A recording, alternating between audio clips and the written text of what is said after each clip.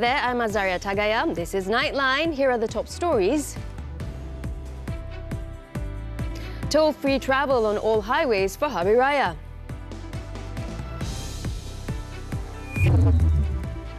And water storage reserves in 4 dams at critical level.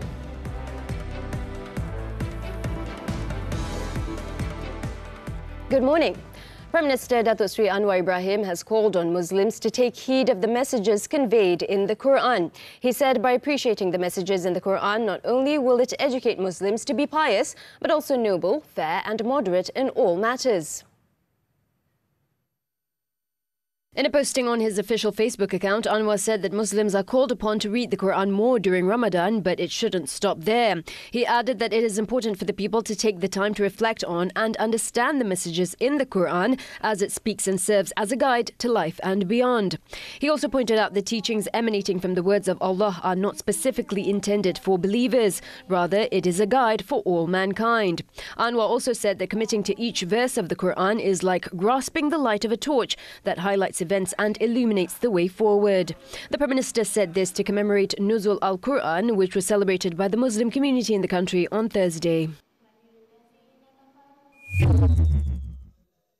Meanwhile, the Prime Minister broke fast with nearly 10,000 people at the Iftar Madani event held to mark Nuzul al-Quran at Dataran Putra in Putrajaya on Thursday. Anwar, accompanied by his wife, Datuk Sri Dr. Wan Aziza Wan Ismail, arrived at the venue at 6:57 p.m. He also took the opportunity to meet and greet the crowd at the gathering.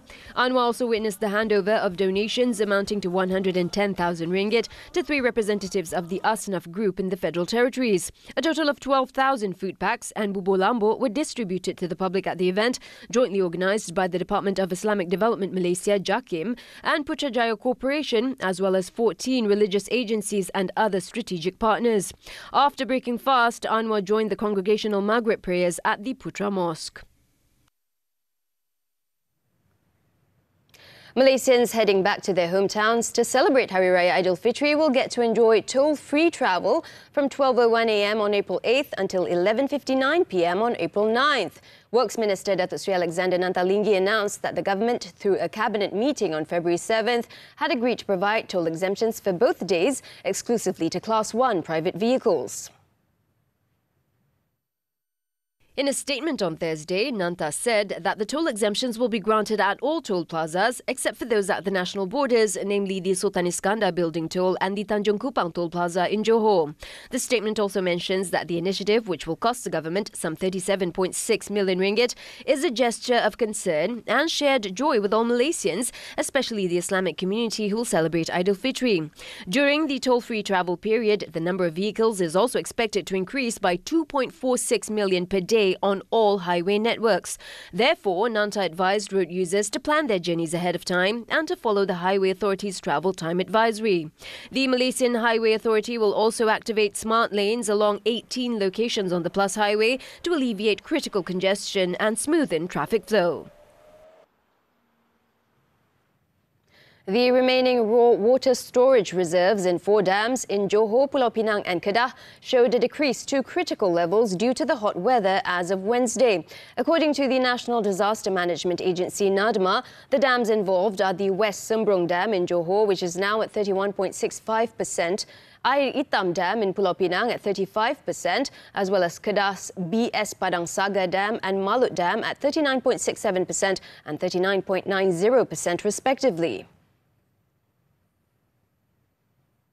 NADMA, quoting the National Water Services Commission, SPAN, and Drainage and Irrigation Department, DID, also said the hot weather has left the Muda Dam in Kedah at the warning level of 41%. In a brief report on the current hot weather situation, the agency said that the water storage reserves of 3 more dams are also at alert levels. They are the Timah Tasuh Dam in Perlis at 56.25%, Bekok Dam in Johor at 68.58%, and Teluk Bahang Dam in Pulau Pinang at 69%. Apart from this, NADMA said on March 25th, the DID issued a drought forecast for 3 river basins, namely the Sungai Muda, Kedah, Sungai Kelantan and Sungai Melaka. The situation may cause water supply disruption problems in the Sik district in Kedah, the districts of Pasir Mas, Machang, Tanah Merah and Kota Baru in Kelantan, as well as Alor Gajah in Melaka. NADMA added that the level 2 hot weather or heat wave warning was recorded in Perlis from March 25th to 27th, Hulu Perak district in Perak from March 26th to 27th, Kota Star and Pokok Sena districts in Kedah on March 27th and the Beaufort district in Sabah on March 25th. The Malaysian Meteorological Department previously stated that the transitional monsoon phase is expected to begin on Friday and continue till May, which marks the end of the northeast monsoon. With the beginning of the monsoon transition phase, the prevailing hot and dry weather conditions in most places across the country are expected to gradually recover by mid-April. Meanwhile, cloud seeding operations are underway in Sabah to induce rain in areas affected by the hot and dry spell. The operation, which began on Thursday, will carry on for 3 days. Sabah Chief Minister Datuk Sri Haji Jinor also shared the update on his social media on Thursday. He said a Royal Malaysian Air Force aircraft took off from the Labuan Air Base at about 9 a.m. to conduct the operation. The Chief Minister also shared a photograph of the aircraft at the airbase together with its crew. According to the National Disaster Management Agency NADMA, operations are being carried out to address the impact of the hot and dry weather involving the areas of Papar, Lahad Datu and Tawau. Other agencies involved in the operation include the Office of Internal Affairs and Research in the Sabah Chief Minister's Department, the Malaysian Meteorological Department, Met Malaysia, and the Labuan Water Supply Department. The cloud seeding operation would be based on atmospheric cloud forecasts suitable for rain production, with NADMA covering the costs and Met Malaysia providing the human resources and technical assistance. A tanker lorry went out of control while trying to avoid another lorry and caused a 9-vehicle pileup on the Pasir Gudang Highway in Johor on Thursday. Authorities said 10 people were injured in the incident near the Taman Rinting exit at 11:43 a.m. According to Seri Alam Police Chief Superintendent Muhammad Sohaimi Ishaq, police were notified of the incident involving 2 lorries and 7 cars. Initial checks found that the accident occurred when a lorry swerved to avoid another lorry in the left lane. The lorry driver then lost control of the vehicle and collided with 2 cars in the right lane. This caused a pile-up with other cars that came from behind. All the victims suffered only minor injuries, while 7 police reports were lodged on the incident and the case was being investigated under the Road Transport Act. Just 3 days ago, a trailer lorry rammed into 11 other vehicles, injuring 3 motorists along the same stretch of highway. Still in Johor, 3 policemen have been remanded for 4 days until March 31st on suspicion of soliciting and accepting bribes. The remand order was issued by Magistrate Nurzihan Abdul Rahman at the Johor Bahru Magistrates Court on Thursday morning. The 3 policemen, aged between 36 and 42, were arrested by the Malaysian Anti-Corruption Commission (MACC) for allegedly taking bribes from lorry drivers in Mersing. MACC sources said the 3 male suspects were arrested at the Johor MACC office at about 7 p.m. on Wednesday night after giving their statements. It is understood that the suspects had solicited and received bribes amounting to 7,800 ringgit from drivers of lorries carrying oil palm and fertilizer in Mersing so that the drivers would not be subjected to legal action according to the Road Transport Act. The offence is believed to have been committed in November last year. Johor MACC Director Dato' Azmi Alias confirmed the arrests and the case is being investigated in accordance with Section 17A of the MACC Act. How do general takaful and insurance companies thrive amidst economic challenges with innovations and strategic market expansions? What initiatives can be undertaken to stay ahead in a dynamic environment and to adapt to changing consumer needs? We speak with Takaful Malaysia Arm's Chief Executive Officer Muhammad Sabri Ramli this Saturday at 5 p.m. on TV3 and stream on Tonton.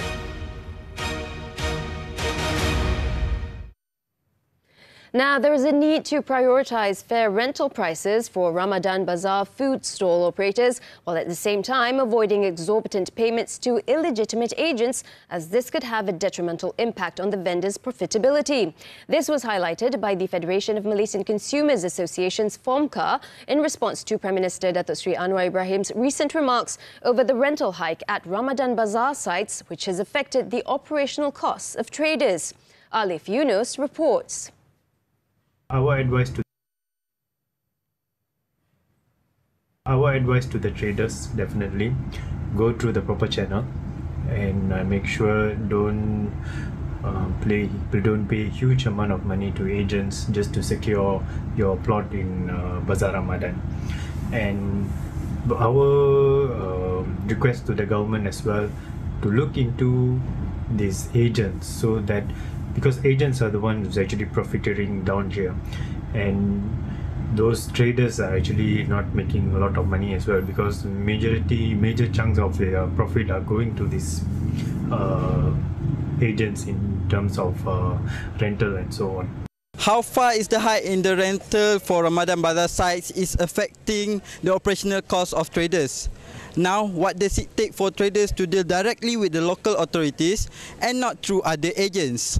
I spoke to vendors at the Bandar Tasik Puteri Ramadan Bazar in Rawang, and most of them expressed varying sentiments regarding the hike in rental prices.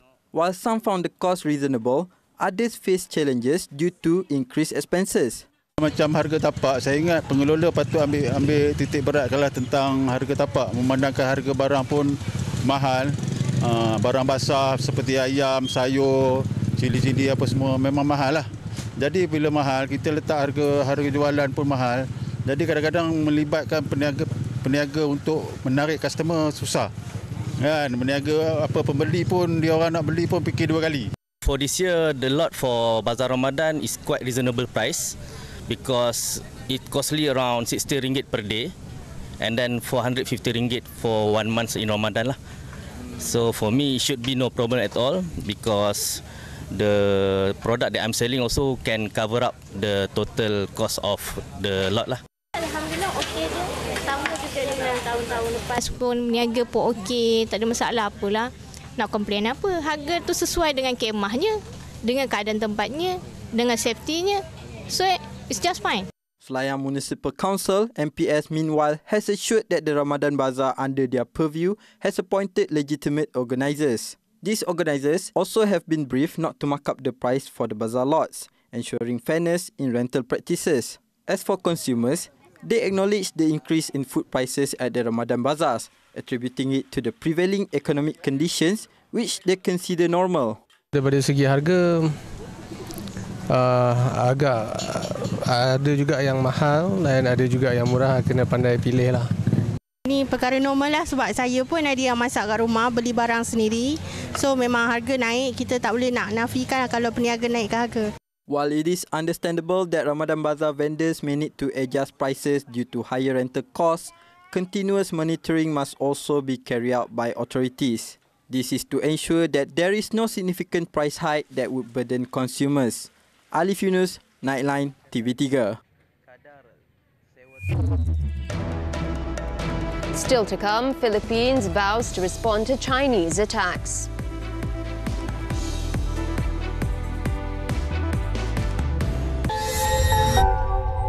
Kau ni dah kenapa pergi gembat kepala di bawah atas sini? Macam tak biasa dengan cara aku. Tapi kau bawa pergi rumah Mbah. Mereka takkan berlain. Maksud Mbah nak benda ni viral. Kenapa kau tak bunuh je diorang? Mati hukuman yang terlalu mudah. Mbah nak aku buat diorang rasa tersiksa.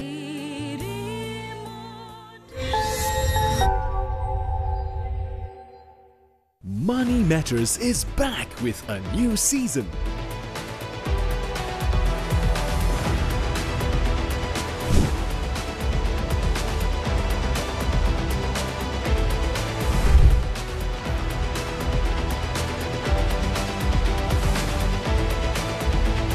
Your key insights into finance. Money Matters. Every Saturday, 5 p.m. Only on TV3 and stream now on Tonton.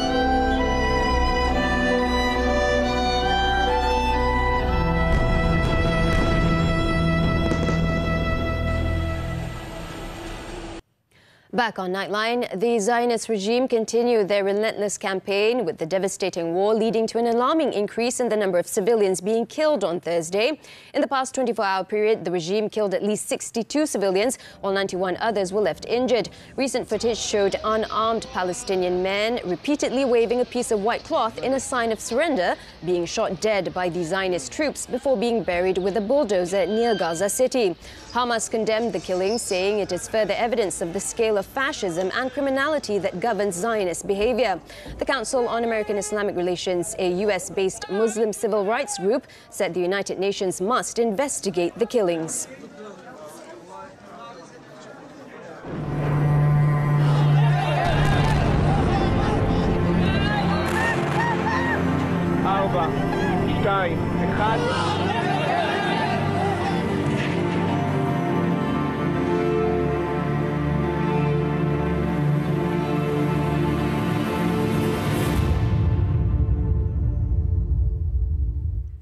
Philippine President Ferdinand Marcos on Thursday said the country will take countermeasures against China after confrontations in the South China Sea last week injured Filipino soldiers and damaged vessels.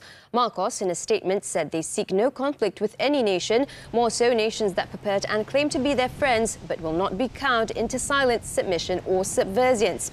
He also said the Philippines would respond with a countermeasure package that is proportionate, deliberate and reasonable in the face of the open, unabating and illegal, coercive, aggressive and dangerous attacks by agents of the China Coast Guard and the Chinese Maritime Militia. Marcos's remarks came as China blames the Philippines for their actions on recent rising tensions between the countries in the hotly contested waterway, which Beijing claims almost entirely. The two countries have a long history of maritime territorial disputes in the South China Sea, and there have been repeated confrontations between the vessels near disputed reefs in recent months. Thousands of bus drivers in Seoul ended their hours-long strike and returned to the roads on Thursday after their union reached a compromise with employers over a wage hike. The agreement follows a strike launched earlier in the day that disrupted 97% of bus routes in the South Korean capital, sparking chaos for commuters during morning rush hour. It was the first general strike by drivers since 2012 and came after negotiations on pay collapsed early Thursday, with the drivers requesting 12.7% hourly wage increase. However, the Seoul city government said the two sides reached a deal in the second round of talks held the same afternoon, with the drivers accepting a 4.48% increase and bonuses for two major holidays. The strike left many bus stations empty as commuters flocked to the subway to get to work in the morning, with some caught off guard by the news. Japanese drug maker Kobayashi Pharmaceutical, whose dietary supplements are at the center of a growing health scare, reported 2 more deaths on Thursday, potentially related to its tablets. The announcement brings the total number of deaths under investigation by the company and health ministry to 4, with more than 100 other people hospitalized. Government spokesperson Yoshimasa Hayashi said authorities were doing their utmost to ensure food safety, including identifying the substance that caused the health harm and how it became present in the product. He added that the government has ordered various health food makers to review their products while informing foreign countries about the issue through Japan's embassies. The affected products include various health tablets as well as sake, salad dressing, bread and miso paste.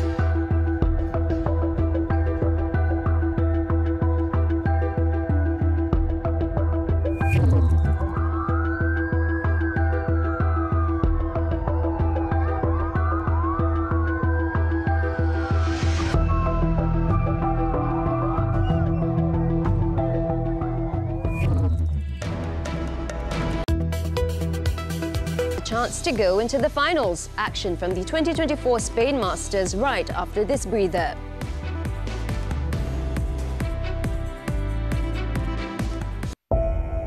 AI di sana, AI di sini, letusan AI di mana-mana. Tidak boleh mengambil fatwa daripada AI. Ustaz AI, tuan guru AI, dia bukan orang yang layak. Tak ada lesen. Tak ada lesen.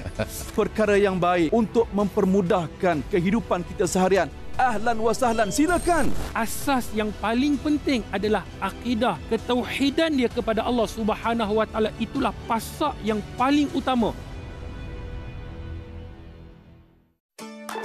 1, 2, nah pergi bayar. Ya.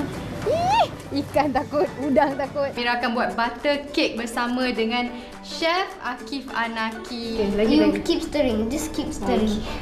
Dengar cakap chef yang melawan. Anak-anak dah rindu sangat ni. Anak-anak je, mak dia. Rindulah. Sayang, kalau demam, tak apa boleh buka. Jangan paksa-paksa. Kenapa ni? Jangan lupa saksikan saya Amira Rosli dan keluarga dalam Oh Mami hanya di TV3. We're back now with sports news. The badminton and the 2024 Spain Masters national men's doubles shuttlers Wan Arif Shaharuddin, Wan Junaidi and Yap Roy King came from behind to overcome Taiwan's Lu Chen and Po Li Wei in the round of 16 on Thursday. The world number 56 pair lost the first set 18-21 but found the rhythm in the next two sets, beating the Taiwanese duo 21-15, 24-22 in just 63 minutes. Wan Arif and Yap will face either India's M.R. Arjun, Dhruv Kapila or Christopher Grimley, Matthew Grimley of Scotland for a place in the last four.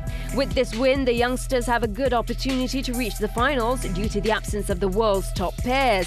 Meanwhile, another national shuttler, Leong Junhao, is set to break his personal best in Madrid when facing Taiwan's Lin Chunyi in the second round.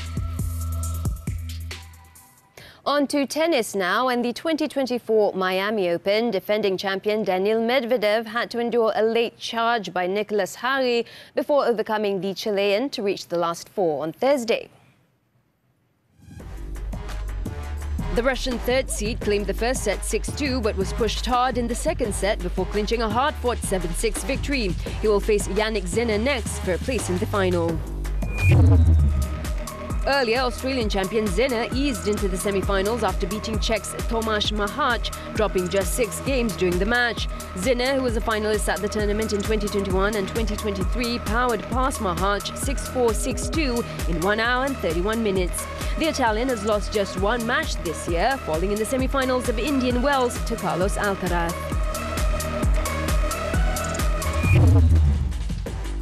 In the women's singles event, Ekaterina Alexandrova backed up her win over world number 1 Iga Swiatek with another upset to reach the last four for the first time. The 14th seed lost the first set 3-6 but found her rhythm in the next two sets to beat 5th seed Jessica Pegula 6-4, 6-4 in a match that lasted nearly 2 hours. The Russian will face American Danielle Collins next in the semi-finals. Earlier, home favourite Collins boosted her hopes of winning a title in her farewell season as she beat Caroline Garcia 6-3, 6-2 to reach the semis. The world number 53, who announced in January that she would retire at the end of this season, was in control from the start and eventually won in 1 hour and 20 minutes.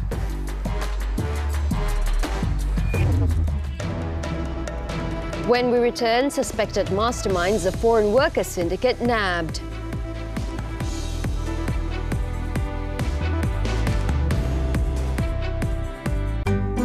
Boleh ke cinta pertama berkekalan? Kalau abang sudi, saya terpaksalah terima. Boleh ke wabak zombie ni dihapuskan? Budak pun zombie tau. Boleh ke misi Sifu dan Tongga diselesaikan? Boleh ke cinta dibeli?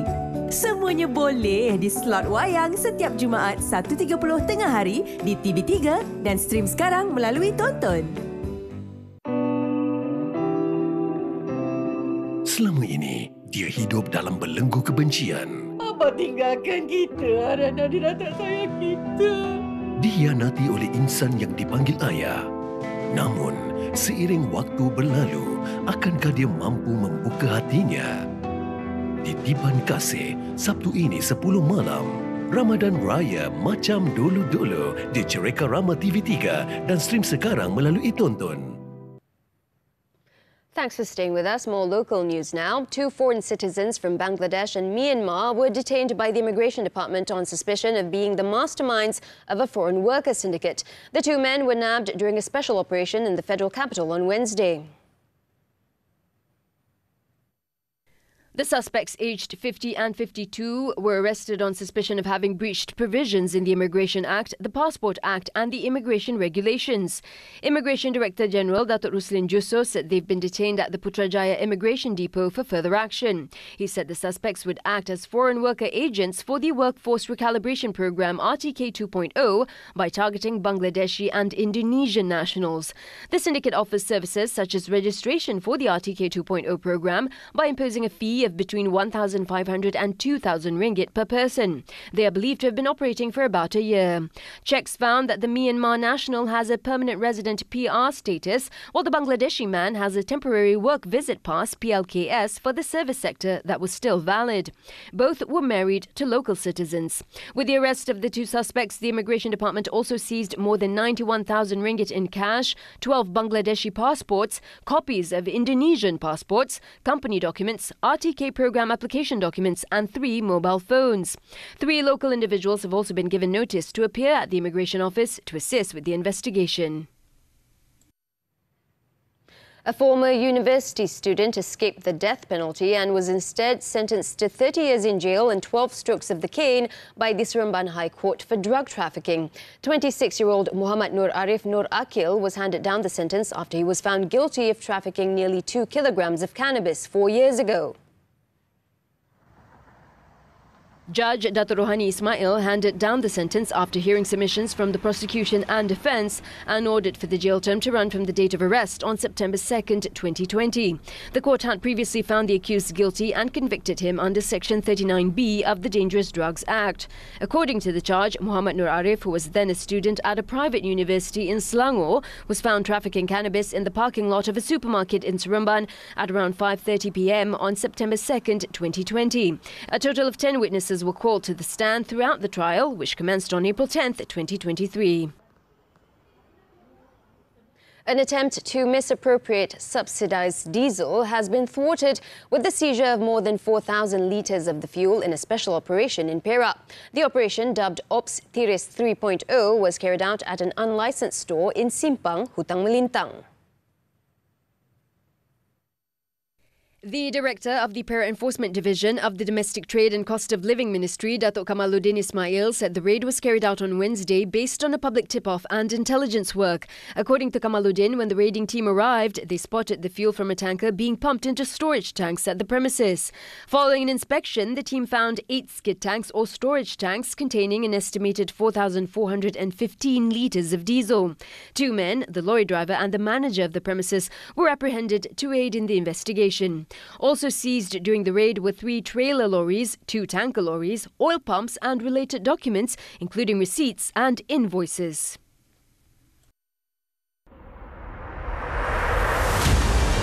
Silibus terlalu padat dan tinggi.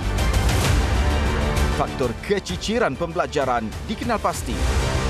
Di pihak kementerian, intervensi kurikulum tampil sebagai inisiatif solusi. Pastikan anda bersama saya, Fadina Siddiq, dalam Soal Rakyat, Sabtu 30 Mac, jam 4 petang, hanya di TV3.